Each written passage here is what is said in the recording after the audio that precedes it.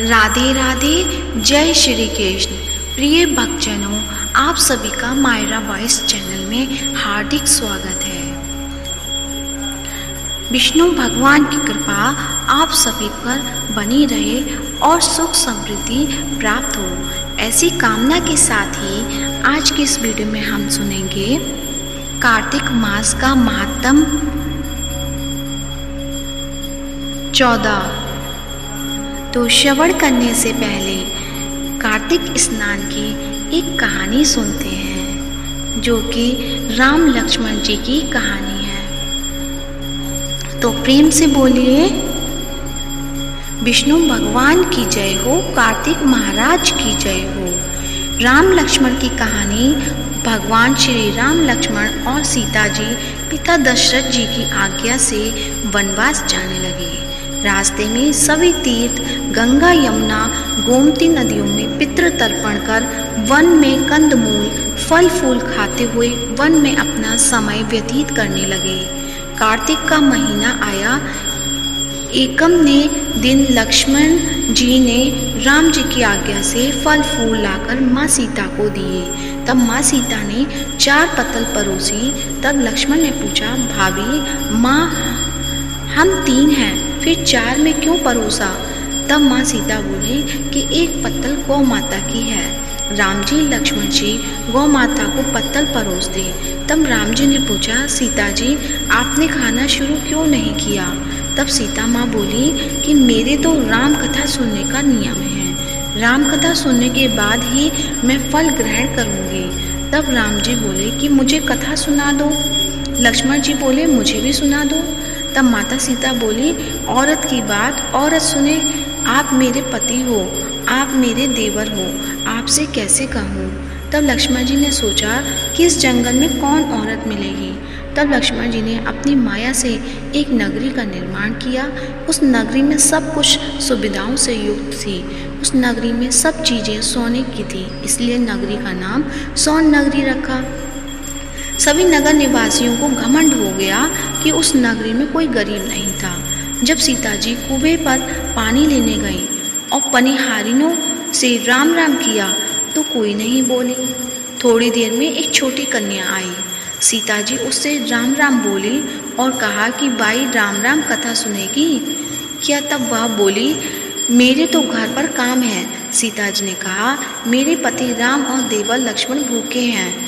तब लड़की बोली कि मेरी माँ मेरा इंतजार कर रही है। वह लड़की वहाँ से जाने लगी। तब माँ सीता के क्रोध से सारी नगरी साधारण सी हो गई। सब लड़की घर गई तो माँ बोली, बाई ये क्या हुआ? तब लड़की बोली, मेरे को पता नहीं है, वहाँ पर एक साध्वी बैठी थी, मुझे राम कथा सुनाने के लिए बोली, पर मैं तो कथा नहीं सुनी। यदि उसने कुछ किया हो तो पता नहीं। तब उसकी माँ ने उसको वापस जाकर कथा सुनने को कहा। लड़की ने वापस जाकर कथा सुनने से मना कर दिया। तब उसकी बहू बोली, आपकी आज्ञा हो तो मैं कहानी सुनकर आती हूँ। जब बहू कुएं पर गई तो पानी भरे और खाली करे। तब सीता जी ने कहा, आपके घर पर कुछ काम नहीं है क्या? तब वह बोली, माता जी मैं तो सारा काम करके आई हूँ।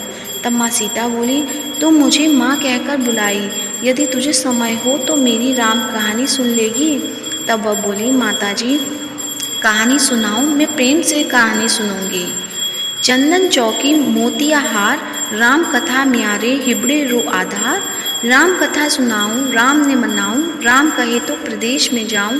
सीता जी ने कहा, हे बाई तूने मेरी मृत्यु लोक में मदद करी, भगवान तेरी स्वर्ग लोक में रक्षा करेंगे। सीता जी ने राम कथा सुनाई। बाई ने कथा सुनी।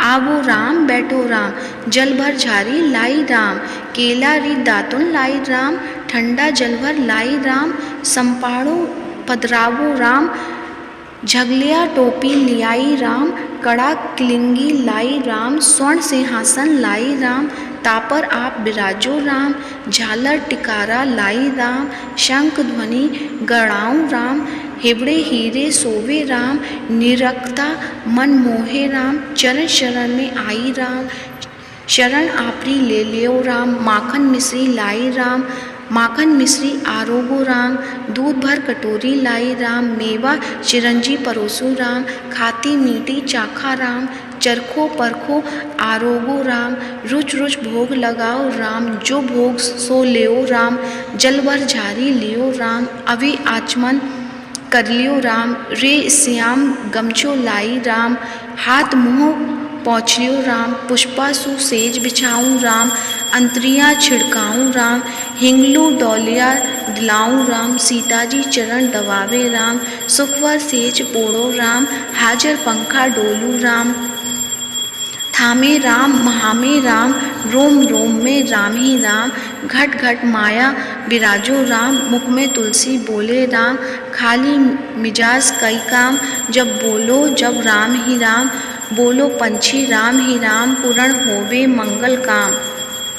हाँ हे बाई, तूने मेरी राम कथा सुनी, मेरी सहायता की, राम जी लक्ष्मण जी को जिमाया है, भगवान भी रक्षा करेंगे, तुझे स्वर्ग का सुख मिलेगा। सीता ने उपहार स्वरूप अपने गले का हार दे दिया। जब वह घर गई तो उसके मटका सब सोने के हो गए। सासू जी ने कहा, ये सब तू कहाँ से लाई? मैं माँ सीता से राम कथा सुनी के ये इसी का फल है। सासू जी ने कहा, प्रतिदिन राम कथा सुन आना। बाई को राम कथा सुनते बहुत दिन हो गए। तब उसने माँ सीता से पूछा कि इसका उद्यापन विधि बतलाओ। तब सीता जी ने कहा कि 7 लड्डू लाना, 1 नारियल लाना, उसके 7 भाग करना, 1 भाग मंदिर में चढ़ाना जिससे मंदिर बनवाने जितना फल होता है, 1 भाग सरोवर के किनारे गाड़ देना जिससे सरोवर खुदवाने जितना फल होता है, 1 भाग भगवत गीता पर चढ़ाना जिससे भगवत गीता पाठ करवाने जितना फल होता है, 1 भाग तुलसी माता पर चढ़ाना जिससे तुलसी विवाह जितना फल प्राप्त होता है, 1 भाग कुंवारी कन्या को देना जिससे कन्या विवाह जितना फल होता है, 1 भाग सूरज भगवान को चढ़ाना जिससे 33 करोड़ देवी देवता को भोग लगाने जितना फल प्राप्त होता है। अब उसने विधि पूर्वक उद्यापन कर दिया। माता सीता के पास आई, माता मैंने तो विधि पूर्वक उद्यापन कर दिया, अब 7 दिन बाद बैकुंठ से विमान आएगा। 7 दिन पूरे हुए विमान आया तो बहू ने कहा, सासू जी स्वर्ग से विमान आया है। तब सासू जी ने कहा, बहू तेरे ससुर जी को व मेरे को भी ले चल, तेरे माता पिता को ले चल, सारे कुटुंब परिवार को ले चल, अड़ोसी पड़ोसी को ले चल।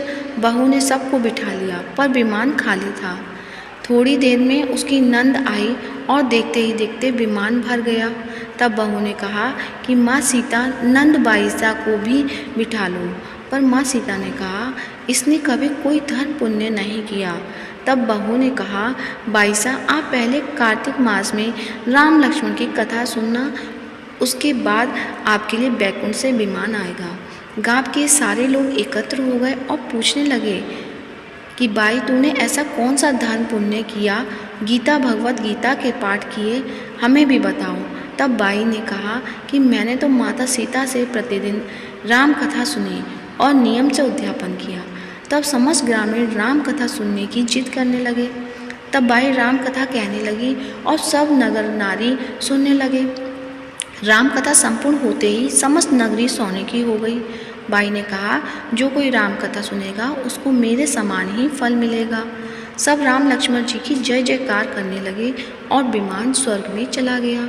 7 स्वर्ग के दरवाजे खुल गए। पहले द्वार पर नाग देवता, समस्त देवी देवता पुष्प वर्षा करने लगे। देवताओं ने पूछा कि तूने क्या पुण्य किया?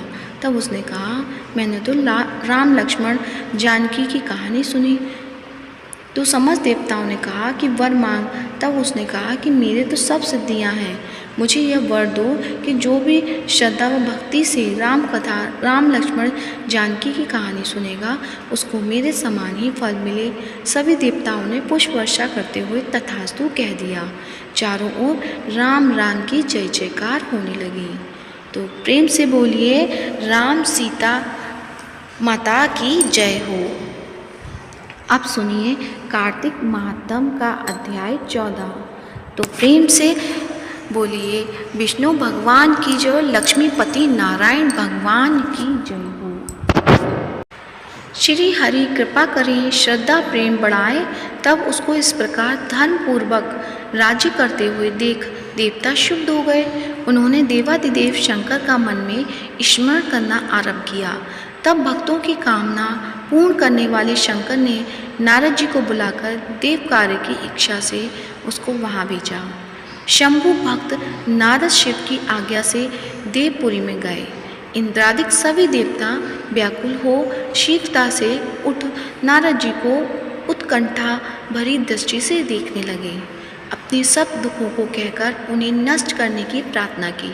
तब नारद जी ने कहा कि मैं सब कुछ जानता हूँ, इसलिए अब मैं दैत्यराज जलंधर के पास जा रहा हूँ। ऐसा कह नारद जी देवताओं को आश्वासित कर जलंधर की सभा में आए। जलंधर ने नारद जी के चरणों की पूजा कर हंसते हुए कहा कि हे ब्राह्मण, कहिए आप कहाँ से आ रहे हैं, यहाँ कैसे आए हैं? मेरे योग्य जो सेवा हो उसकी आज्ञा दीजिए। नारद जी प्रसन्न होकर बोले कि हे महानुबुद्धिमान जलंधर, तुम धन्य हो। मैं स्वेच्छा से कैलाश पर्वत पर गया था, जहाँ 10,000 योजनाओं में कल्पवृक्ष का वन है। वहाँ मैंने सैकड़ों कामधेनुओं को विचरते हुए देखा तथा यह भी देखा कि वह चिंतामणि से प्रकाशित परम दिव्य अद्भुत और सब कुछ सुवर्णमय है। मैंने वहाँ पार्वती के साथ स्थित शंकर जी को भी देखा, जो सर्वांग सुंदर गौरवर्ण त्रिनेत्र और मस्तक पर चंद्रमा धारण किए हुए हैं। उन्हें देखकर मुझे बड़ा आश्चर्य हुआ कि इनके समान समृद्धिशाली त्रिलोकी में कोई और नहीं है। हे दैत्यंत, उसी समय मुझे तुम्हारी समृद्धि का स्मरण आया और उसे देखने की इच्छा से ही मैं तुम्हारे पास चला आया। यह सुनकर जलंधर को बड़ा हर्ष हुआ। उसने नारद जी को अपनी सब समृद्धि दिखला दी। उसे देख नारद ने जलंधर की बड़ी प्रशंसा की और कहा कि निश्चय ही तुम त्रिलोकपति होने के योग्य थे। ब्रह्मा जी का हंस युक्त विमान तुम ले आए हो और भूलोक, पाताल और पृथ्वी पर जितने भी रत्नादि हैं सब तुम्हारे ही तो हैं। ऐरावत, उचेश्वा, गूढ़क, कल्पवृक्ष और कुबेर की निधि भी तुम्हारे पास है। मणियों और रत्नों के ढेर भी तुम्हारे पास लगे हुए हैं। इससे मैं बड़ा प्रसन्न हूँ, परंतु तुम्हारे पास कोई स्त्री रत्न नहीं है। उसके बिना तुम्हारा यह सब फीका है। तुम किसी स्त्री रत्न को ग्रहण कैसे करोगे? और तुम्हें स्त्री रत्न ग्रहण अवश्य ही करना चाहिए। नारद जी के ऐसे वचन सुनकर दैत्यराज काम से व्याकुल हो गया। उसने नारद जी को प्रणाम कर पूछा कि ऐसी स्त्री कहाँ मिलेगी जो सब रत्नों से मैं श्रेष्ठ हो। नारद जी ने कहा कि ऐसा रत्न तो कैलाश पर्वत में योगी शंकर जी के पास ही है। उनकी सर्वांग सुंदरी पत्नी देवी पार्वती बहुत ही मनोहर है। उनके समान सुंदरी मैं किसी और को नहीं देखता। उसके उस रत्न की उपमा तीनों लोकों में कहीं नहीं है। देवर्षि उस दैत्य से ऐसा कहकर देव कार्य करने की इच्छा से आकाश मार्ग में चले गए। आगे की कथा आने वाली वीडियो में हम सुनेंगे, तो प्रेम से बोलिए कार्तिक महाराज की जय हो। गोविंद हरि गोपाले हरि, जय जय प्रभु दीन दयाले हरि। आ जाओ प्रभु मन मंदिर में, आ जाओ प्रभु मन मंदिर में। प्रभु मेरी भी अब वारी है, इस दास को लो अब चरणों में। गोविंद हरि गोपाले हरि, बोलो वृंदावन बिहारी लाल की जय, कार्तिक भगवान की जय हो। लक्ष्मीपति नारायण आप सभी की मनोकामनाएं पूर्ण करें और इस वीडियो को ज़्यादा से ज़्यादा शेयर करें, चैनल को सब्सक्राइब करें और साथ ही वीडियो को लाइक करें। धन्यवाद।